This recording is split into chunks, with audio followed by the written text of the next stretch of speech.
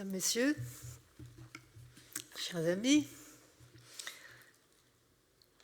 un jury qui parvient à une décision est un jury heureux.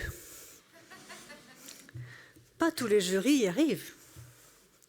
Alors je vais vous résumer les considérations de ce jury afin que vous puissiez partager avec nous ce soir le bonheur de notre choix. Dans un essai de 2013, intitulé « Vivre, penser et regarder », Siri Hustvedt écrivait, je la cite, « En dépit de la pléthore de théories en circulation, la question de ce que nous sommes et de la manière dont nous le sommes devenus demeure ouverte. » Cette question demeurant ouverte, elle y est entrée comme chez elle, en prenant bien soin de la maintenir ouverte. Car son plaisir, et le nôtre par son intermédiaire, est de laisser l'incroyance menacer la croyance. Ce que je sais, dit-elle, c'est que pour penser avec subtilité, il est nécessaire d'accepter l'ambiguïté,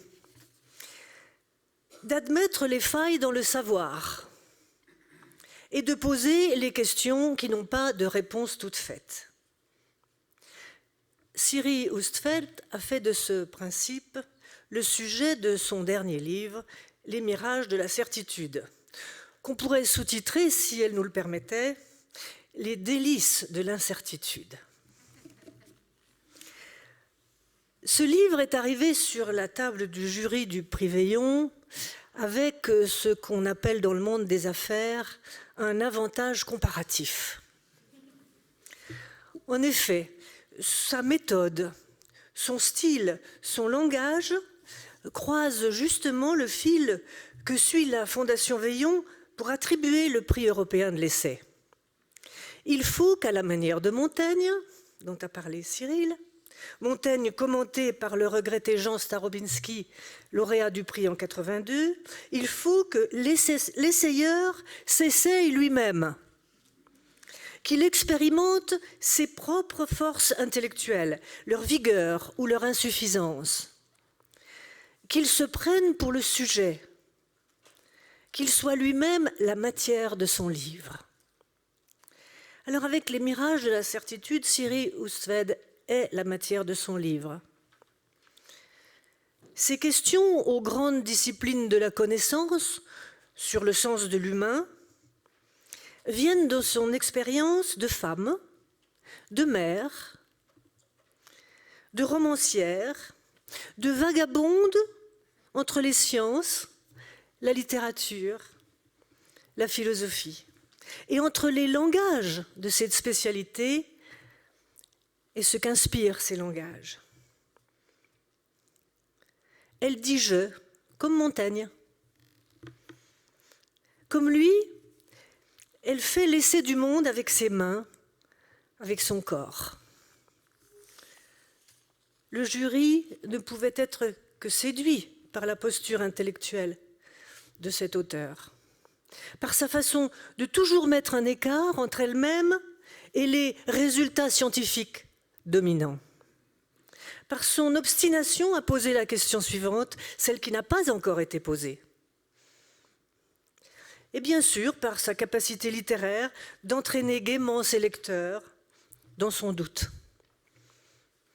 L'élégance narrative mise au service de l'essai, les jurés d'un prix destiné à faire entrer les œuvres dans le grand public ne pouvaient qu'en être séduits et conquis. Siri Hustvedt professe qu'aucun modèle théorique ne peut contenir la complexité de la réalité humaine. Elle en convoque un certain nombre de ces modèles pour leur faire avouer leur insuffisance, malgré leurs apports. Elle en a en particulier contre les théories qui sous-estiment ou même ignorent ce lien vital de chaque individu avec les autres.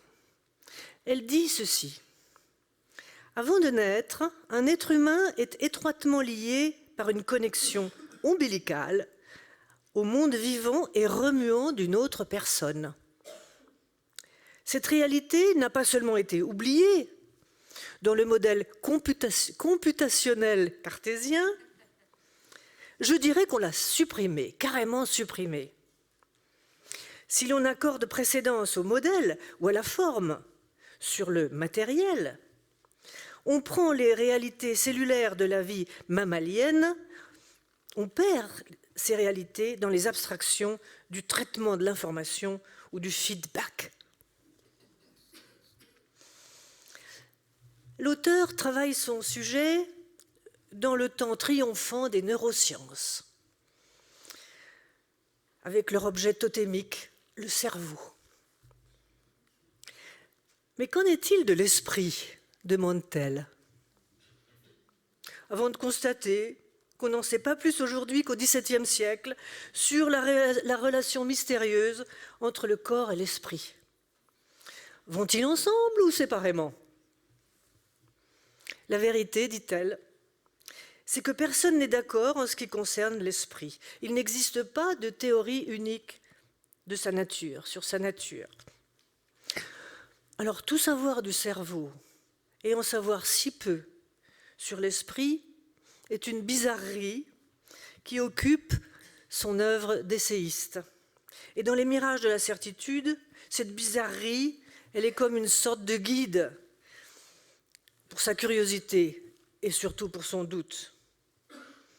Alors voilà, le jury a choisi de récompenser cette déambulation joyeuse entre les disciplines des sciences, pour faire partager au public l'idée de Cyril Oustveld selon laquelle le doute est une nécessité de l'intelligence. Je précise, le jury, lui, n'a pas eu de doute. Il a choisi Cyril Oustveld à l'unanimité. Je vous remercie.